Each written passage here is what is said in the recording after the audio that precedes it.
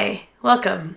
I was going to do a video about lipstick this week, but given everything that's been happening in Minneapolis and really just across the US, I wasn't feeling up to it. I've also been sick the last couple of weeks, so be patient if I have to cut or do this in multiple takes. Instead of the lipstick roundup that I was planning on, I decided to do something a little bit different. I know if you're watching this video, you care about the immigrants in your community and you want people to be safe.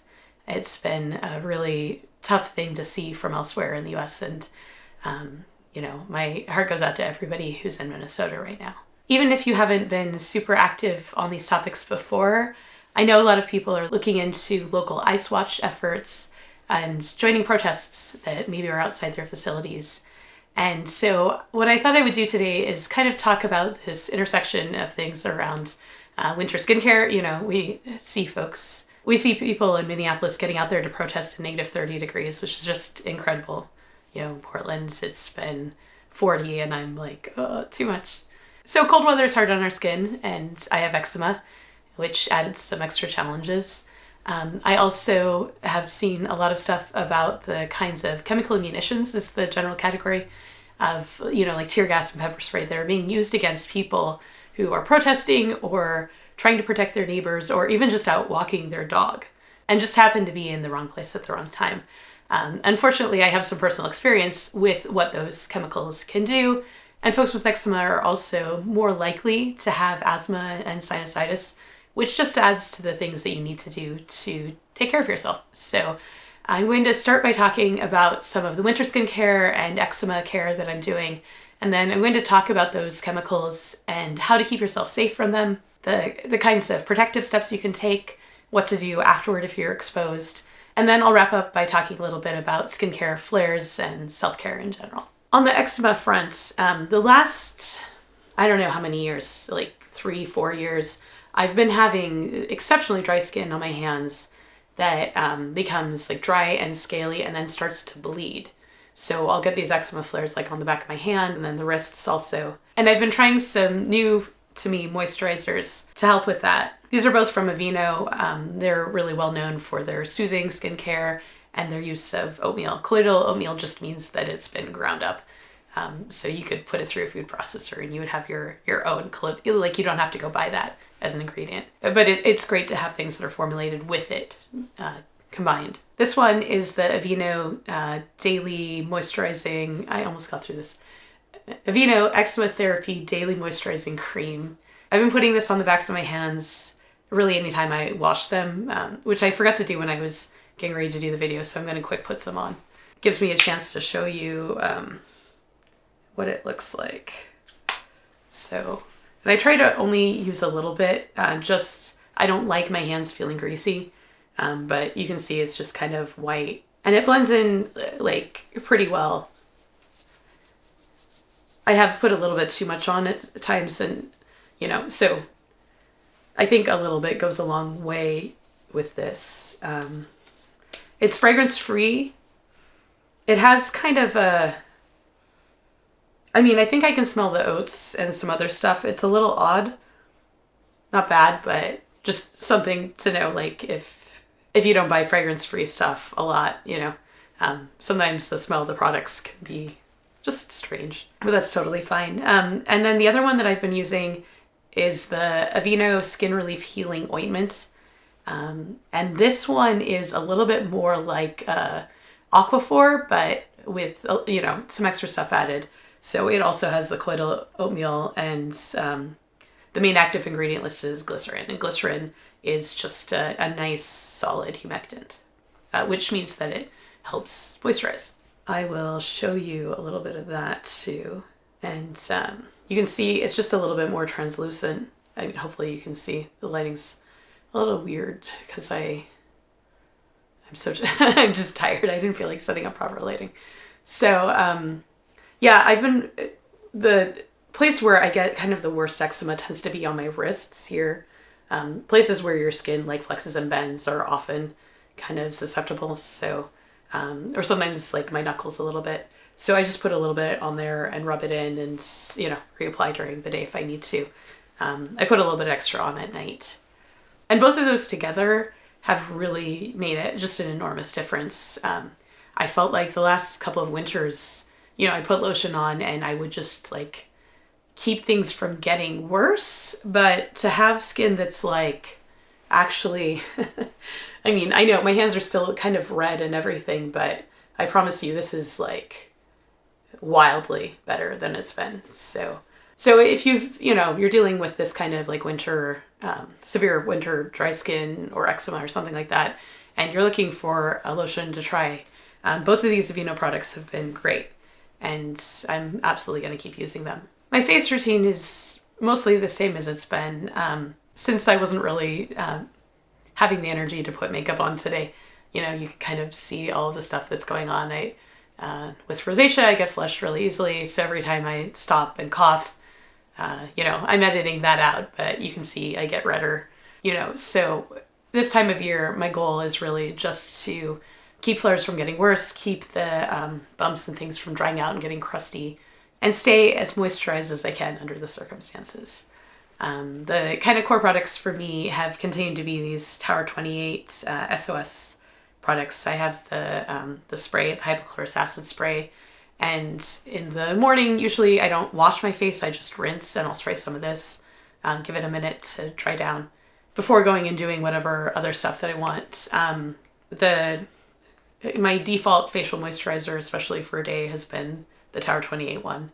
This is almost empty and I bought a new one. Same thing here. This is like nearly used up, so I just rebought those. And then for night, I like something a little bit heavier. So what I've been trying is this Haru. It's impossible to read in this light. It's Haru Haru Wonder black rice ceramide cream. I think that's what it says. It's so funny. It's like metallic lettering, so you can probably read it better than I can.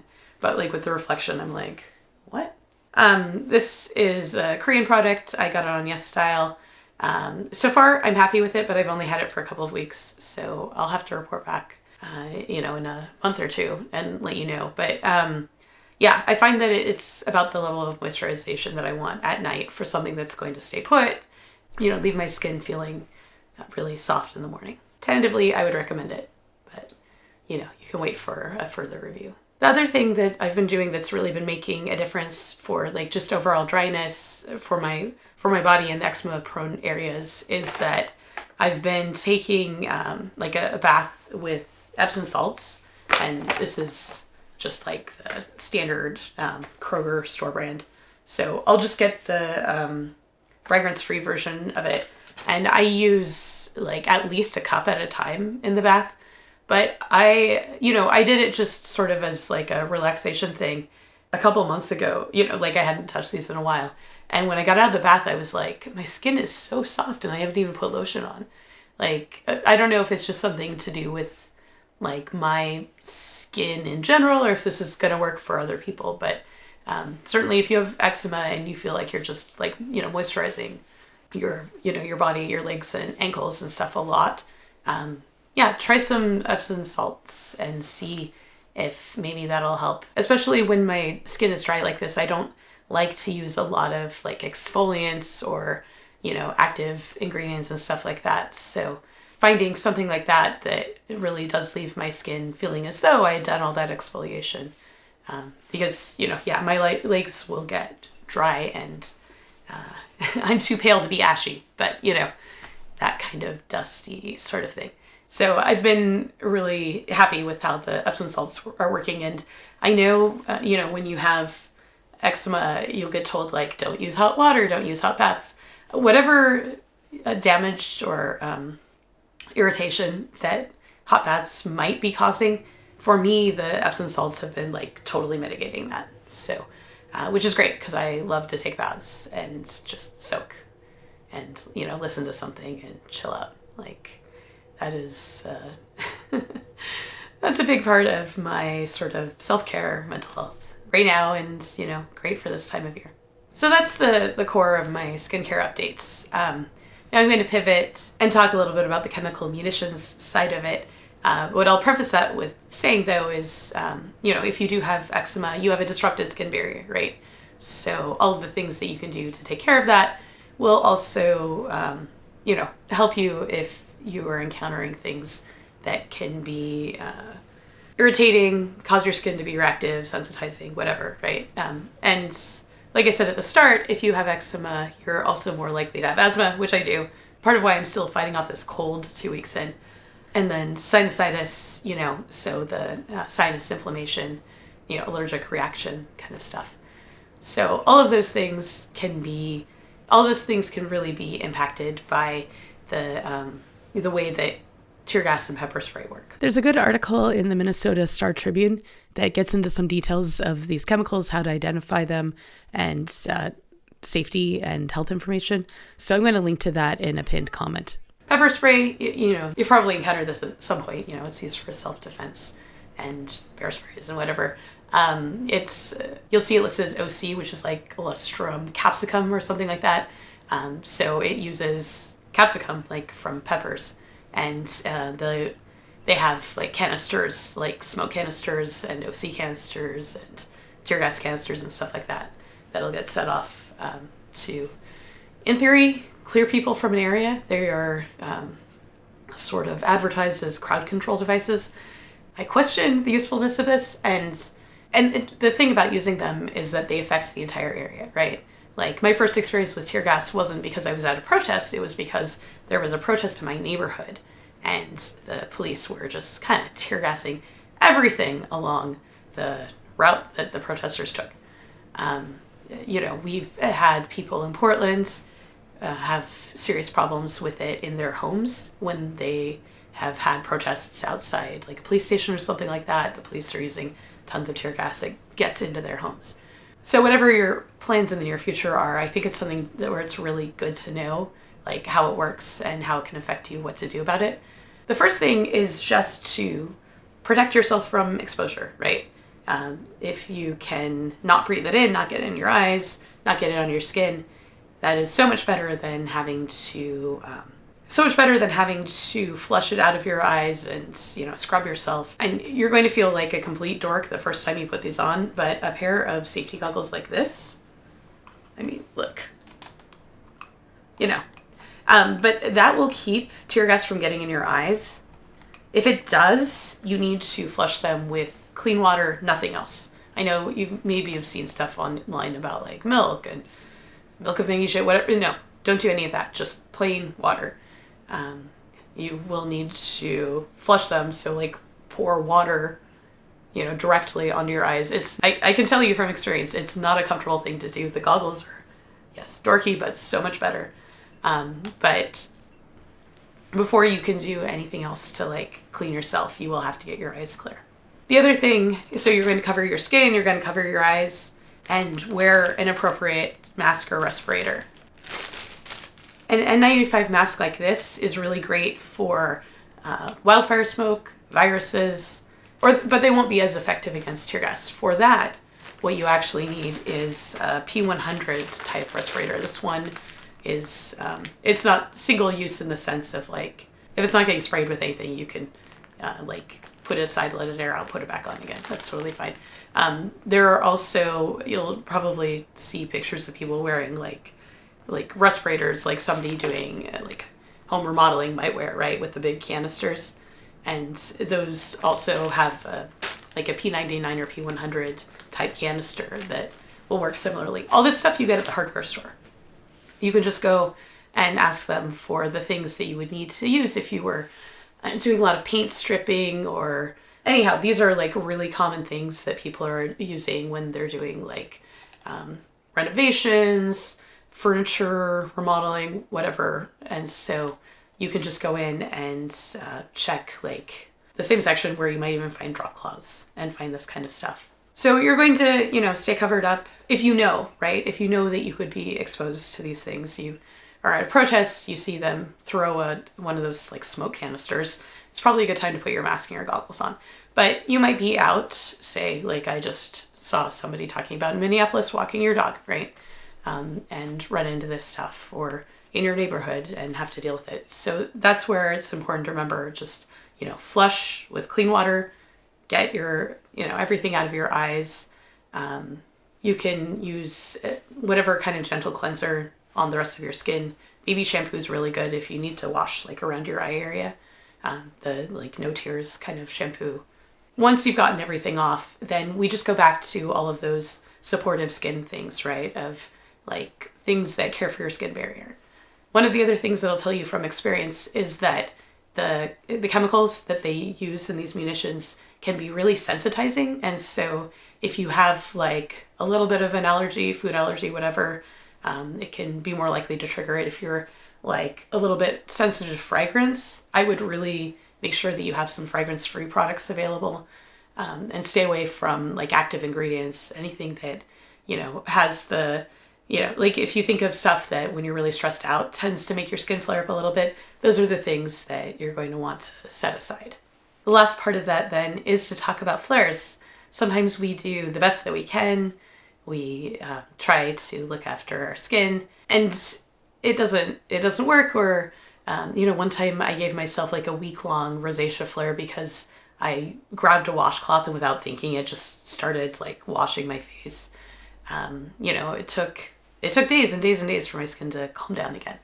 So the thing that has most consistently worked for me is, super cheap and easy. It's just to take oatmeal, like regular breakfast oatmeal, and like put it in the food processor, the blender, whatever, make it into a little bit of a powder, and then make like a mask or a poultice or something like that and put it on inflamed skin.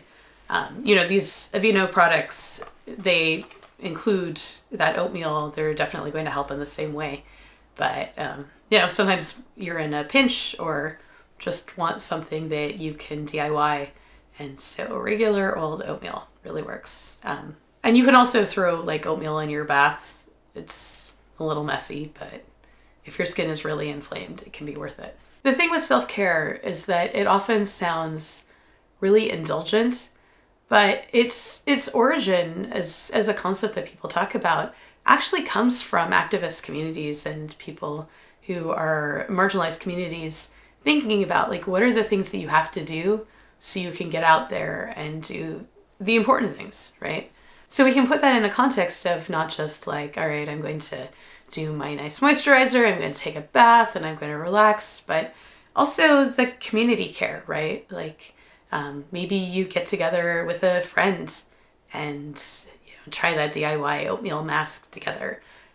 Maybe you just make some time to decompress with people, sit down with your neighbors and have a cup of coffee if you're in a neighborhood that's seeing a lot of ice activity. Give yourself a chance to decompress and connect with people. All of these really difficult, scary, overwhelming things can make us feel so isolated. And to sort of circle back around to that idea of, people maybe for the first time doing something like joining a community signal group or, like Ice Watch or picking up a whistle, right? It can seem like that one whistle is not very much. That one thing is not very much. But there are so many more people who care about their neighbors and want people to be safe and want to look after their communities than the people who want to cause harm. There are just so many more of us. And I want you to remember that whatever your thing is that you do, even if it's just to listen to people and make a phone call or send a few dollars to some community groups, like every little thing matters. It really helps. Thanks so much for being with me today. Take care of yourself, and I'll talk to you soon. Bye.